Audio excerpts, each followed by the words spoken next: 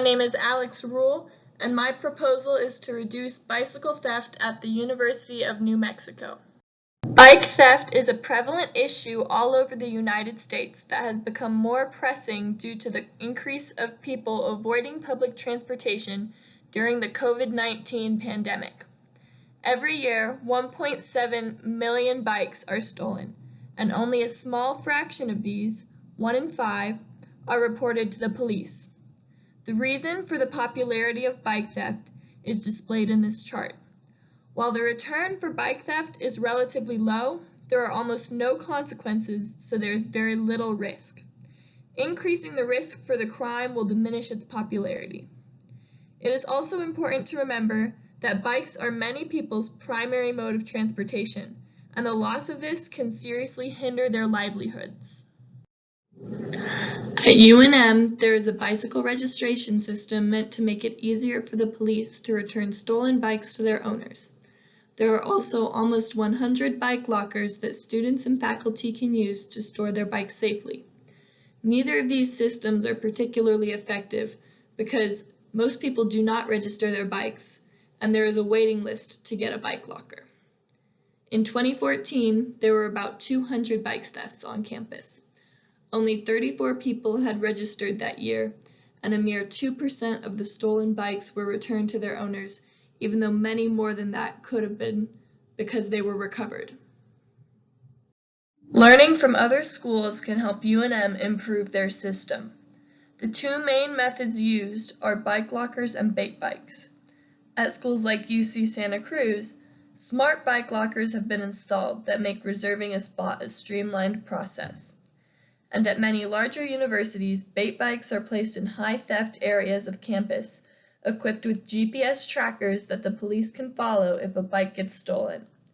Both of these solutions can be expensive and are not always practical. In this proposal, I will present 3 ideas that could be used to reduce bike theft at UNM. First, if more people are aware of the bicycle registration system and choose to participate in it, it will be possible for the University of New Mexico Police Department to return more bikes to their owners. Second, investing in more bike lockers will provide a safe and secure option for students worried about their bikes. And finally, educating students on the most effective way to lock a bike will make them harder to steal in the first place. In order to make it easier for UNMPD to return bikes, they should promote the registration system more. An eye-catching flyer can go a long way towards getting an audience's attention. These flyers could be posted around campus and distributed to students at events like Move-In Day and New Student Orientation, when students are already expecting new information and advice about life on campus. Though the school already has 94 bike lockers, that is not enough to cover the number of students that would be willing to pay for the service.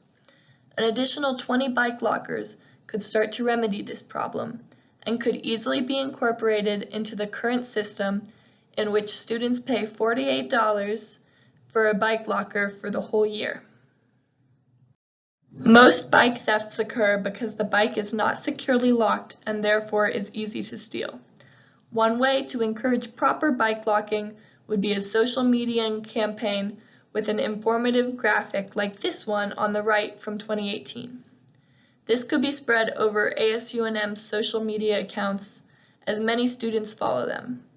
The graphic could also be attached to university-wide emails. Some advice to include in this new graphic would be to use 2 bike locks, one through each wheel and the frame as well as the rack, to remove the bike seat, and to remember to register your bike. The only expense in encouraging bike registration is the cost of flyers. The price for bike lockers is much steeper, at about $1,000 per unit, but this is slightly offset by the $48 charge to the renter every year. And encouraging proper bike locking is the cheapest solution as it is free. With these 3 solutions in place, the problem of bike theft is addressed from a couple of angles. Stolen bikes will be easier to return with an increase in registration, and bikes that are properly locked and secured in lockers will be harder to steal in the first place. The plan proposed in this presentation proves that solving problems on campus doesn't have to be expensive. Little changes will add up to major improvements in the protection of students' freedom of transportation. And remember, bikes are many people's primary modes of transportation. Losing this can seriously hinder their